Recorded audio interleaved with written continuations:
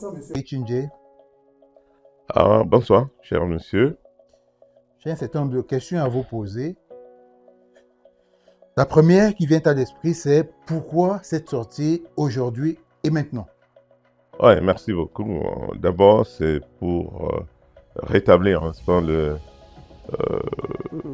la vérité sur tous les rumeurs que nous avons entendues ces jours-ci en ce qui concerne la situation de monsieur le président élu, Chiroma Bakari.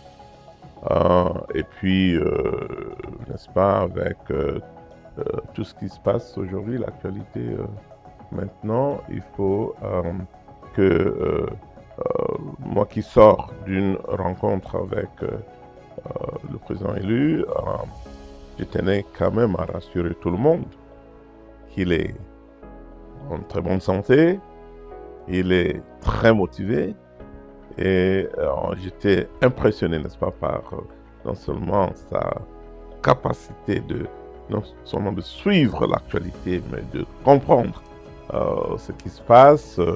Il sait qu'il y a une activité officielle aujourd'hui, au Cameroun, avec un soi-disant prestation de serment. Bien, on va revenir sur ça tout à l'heure, monsieur Ichinje. Donc, si j'ai bien compris, par rapport à toutes les rumeurs que nous avons sur la toile, ces derniers jours, effectivement, qui entend salir effectivement l'image du président élu Issa Chiroma Bakari, qui entend effectivement jeter le discrédit sur sa personne, sur son projet, vous attendez effectivement à rétablir la vérité et informer l'opinion publique camerounaise et internationale. Oui, écoutez, il est important d'informer cette opinion internationale et nationale, n'est-ce pas, de cette vérité des urnes, hein, de l'élection de M. Issa Chiroma Bakari, du fait que lui, il va prêter serment le moment venu. Il est en train de se préparer pour. Très bien. Et le Cameroun doit, n'est-ce pas, il faut une rupture avec le passé. Il se prépare pour le faire comme il le faut. Et j'étais impressionné en le voyant, n'est-ce pas, à quel point il est conscient de tout ce qui se passe et de ce qu'il doit faire. C'est qu'il lui revient en tant que président élu, n'est-ce pas, de travailler pour le peuple camerounais. Ce qui le préoccupe en ce moment, c'est la paix dans ce pays. Il regrette, n'est-ce pas, le fait que le sang a coulé. Il regrette le fait que, au lieu que les urnes nous aident à déterminer qui va gouverner le pays, c'est plutôt certaines personnes qui veulent plutôt utiliser les armes pour s'imposer. Très bien, monsieur. Cela, il a beaucoup regretté. Très bien, monsieur Ichinje. Donc, l'objectif, si j'ai bien compris, premier, vous entendre, c'est effectivement un devoir de vérité par rapport à la réalité du moment.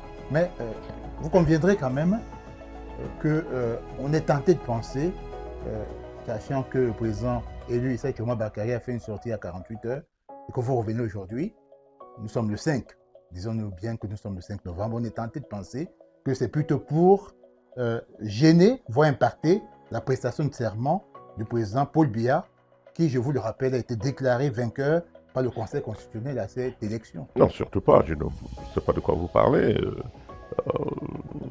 Monsieur, la vérité des urnes est claire. Et j'ai circulé depuis le 12 octobre, circulé un peu en Occident et en Afrique, et puis au pays. Et il y a une vérité qui est claire. Monsieur Chiroma a été plébiscité par la majorité des Camerounais. En anglais, on parle de landslide, hein, comme il a gagné ces élections. Et c'est ça qui est important. Et je crois que tout ce qu'il fait, c'est d'abord se préparer d'un côté, mais aussi de rassurer les Camerounais de l'autre, qu'il a bien compris et il est prêt à prendre ses responsabilités. Donc pour vous, la prestation de serment de demain, c'est une mascarade.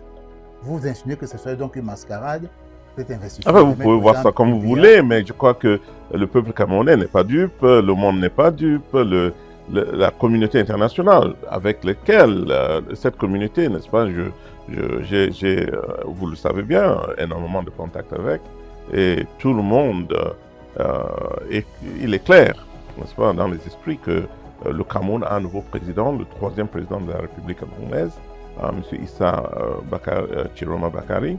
Et en ce qui nous concerne, donc, c'est le monsieur qui doit prêter serment. Donc, nous nous fions pas à cette mascarade d'élection. Monsieur Chiroma le sait et il est en train de se préparer en conséquence. C'est ça le plus important. Il faut remettre le Cameroun sur les rails.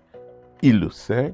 Ça va prendre du travail, il ne peut pas le faire, n'est-ce pas, au hasard, il ne peut pas le faire, n'est-ce pas, de manière intempestive. Hein.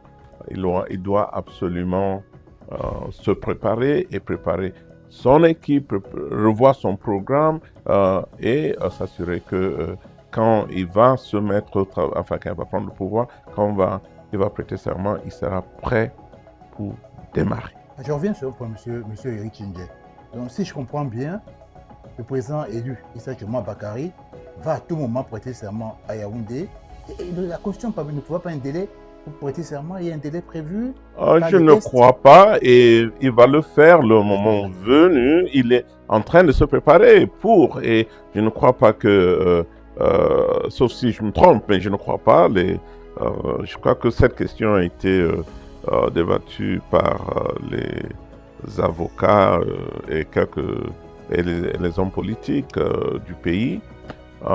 Donc ça ne pose aucun problème. Il va falloir absolument qu'il se prépare en conséquence et c'est ce qu'il est en train de faire. Moi je crois aussi que le moment venu, il va s'adresser aux Camerounais. Il m'a dit que ce qui l'intéresse le plus maintenant, c'est d'éviter toute situation qui peut provoquer, n'est-ce pas, ou qui peut amener les gens à descendre dans la rue et amener surtout l'armée et la police à tirer comme ils ont l'habitude de le faire. On se demande pourquoi.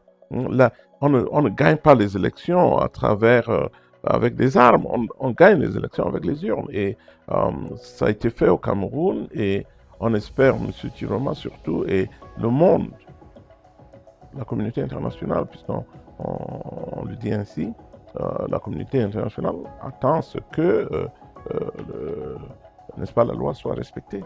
Très bien, M. Richindier. Alors, nous savons que d'après les tests, ce n'est pas l'investiture qui crée la légitimité, mais c'est bien effectivement le peuple, par son vote, qui crée la légitimité. Donc, en l'occurrence, sur quels éléments vous vous fondez pour affirmer ce que c'est M. le Président Chiroma Bakari, le président élu, à la sortie des urnes? En réponse à votre question, je regarde chaque Camerounais qui me regarde, qui me voit en ce moment. Que pensez-vous? Que pensez-vous de la vérité de ces urnes, le 12 octobre? Je suis convaincu que la majorité, sans question, la majorité va voter pour M. Chiroma. Vous le savez, je le sais. La communauté internationale le sait. C'est pour ça que même beaucoup de chancelleries, beaucoup d'organisations internationales ne se sont pas précipités pour féliciter la personne qui a été choisie par le Conseil constitutionnel. Ce n'était pas nécessaire. C'est une violation, n'est-ce pas, de la loi. Et donc, nous avons en toute légitimité, je ne sais pas si ça se dit comme ça, mais M. Issa Chiroma Bakari s'est comporté en toute légalité, en toute légitimité et en toute, comme je l'ai dit tantôt, il est préoccupé par le sort de ce pays en ce moment délicat dans l'histoire du pays et c'est sa seule préoccupation. que tout se passe dans le calme, sans effusion de sang, et que le moment venu, il prendra ses responsabilités, il travaillera avec tous les Camerounais.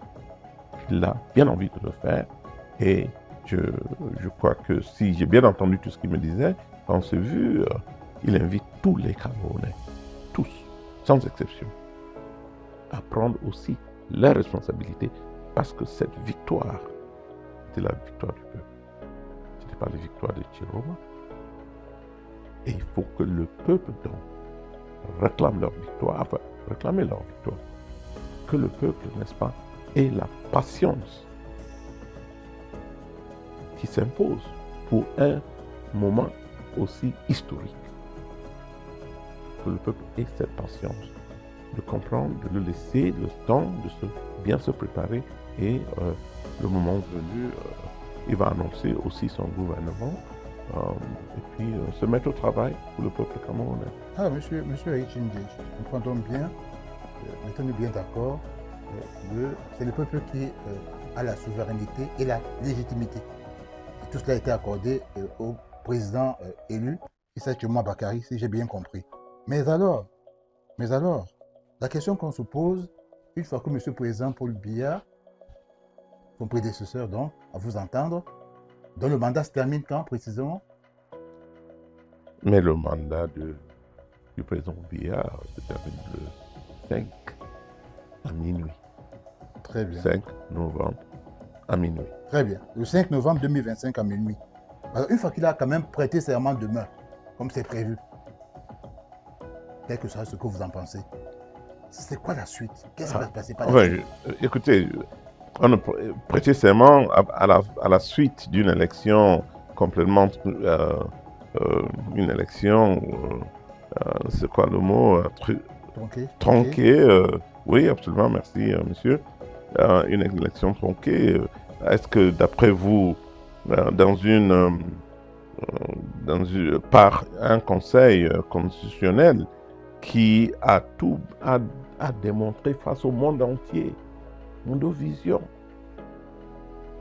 qu'ils sont prêts à rentrer dans tout ce qui est illégal et illégitime, je crois que s'attendre à ce que quelqu'un qui sort de ce processus nous parle de prestation de serment légitime, je crois que c'est certainement pas le cas. Donc, enfin, nous ne considérons pas que ce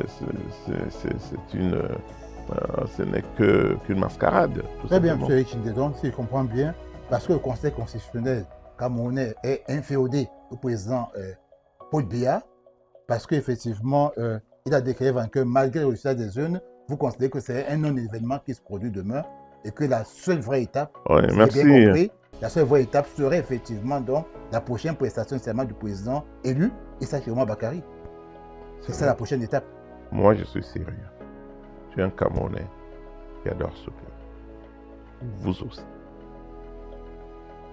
Est-ce que vous croyez vraiment qu'après 43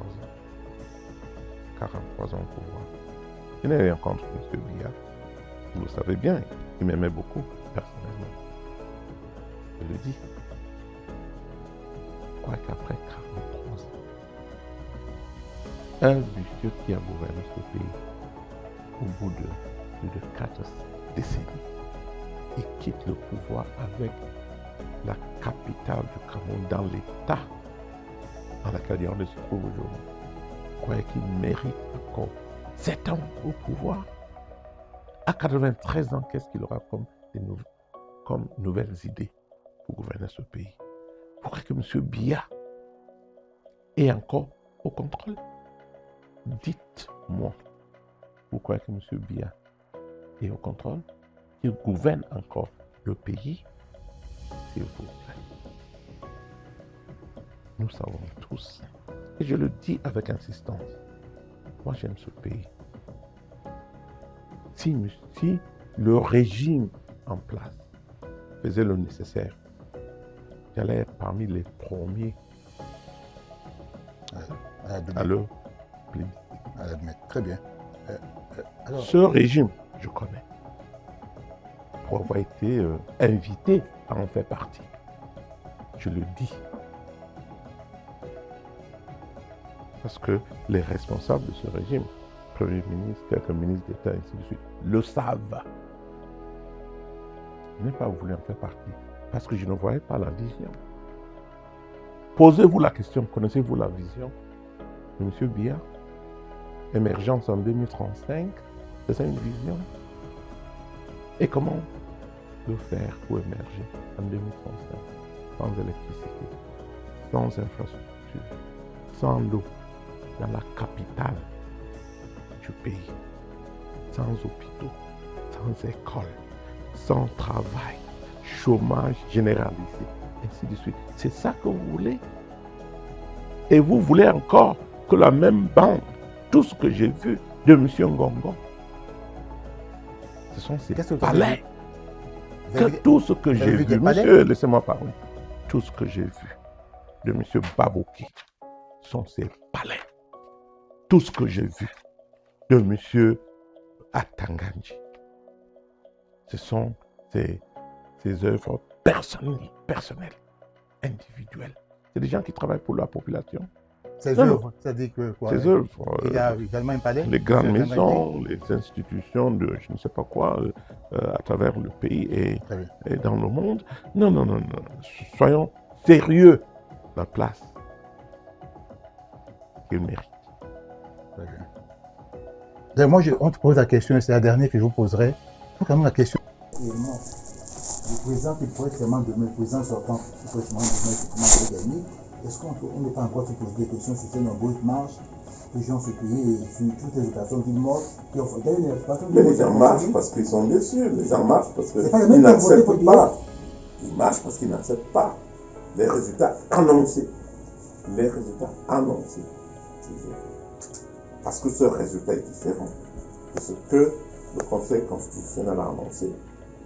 Et ce Conseil constitutionnel, on n'est pas le seul à l'avoir constaté. Le monde entier, si vous ne le savez pas, je donne un exemple. Dans le Nozo, depuis 7 ans, les gens sont tout. L'armée camerounaise a été mise en action dans cette partie du pays. Et il y a eu des gens, des déplacés internes, des réfugiés qui sont partis au Nigeria, des milliers de réfugiés qui sont partis au Nigeria. Et on vient nous dire que ceux-là ont voté à 80, 70, 80% à M. Biya. Et vous le croyez? Vous le croyez? Moi, je suis un anglophone. Et je sais que la majorité, je donne un exemple, à Batibo, on dit que 5000 personnes ont voté pour M. Biya. Il n'y a même pas, et je défie n'importe qui, je défie quiconque, de prouver qu'il y a eu 1000 personnes sorties pour voter à Batibo. Rappelez-vous de cela. C'est grave ce que vous affirmez, monsieur. Je le dis et je l'affirme. Il n'y a pas 1000 personnes qui sont sorties pour voter à Batibo. Mais elle est quand même pas de 5000 voix pour M. Biya. Écoutez, prenez les Camerounais quand même au sérieux. Il ne faut pas qu'on se moque des Camerounais. Alors c'est tout ça qui nous frustre aujourd'hui, mais on est prêt à se redonner.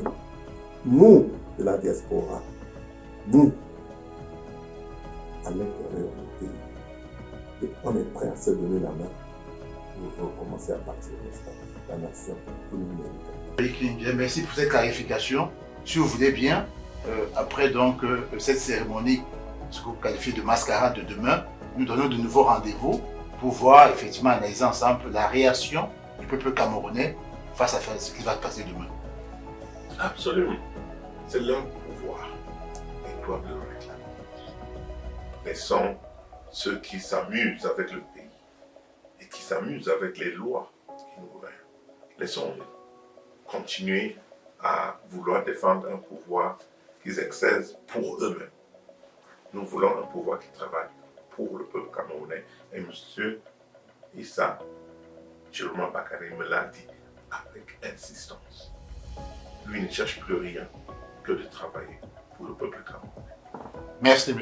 Ginger. Je vous remercie, monsieur. Merci d'être venu.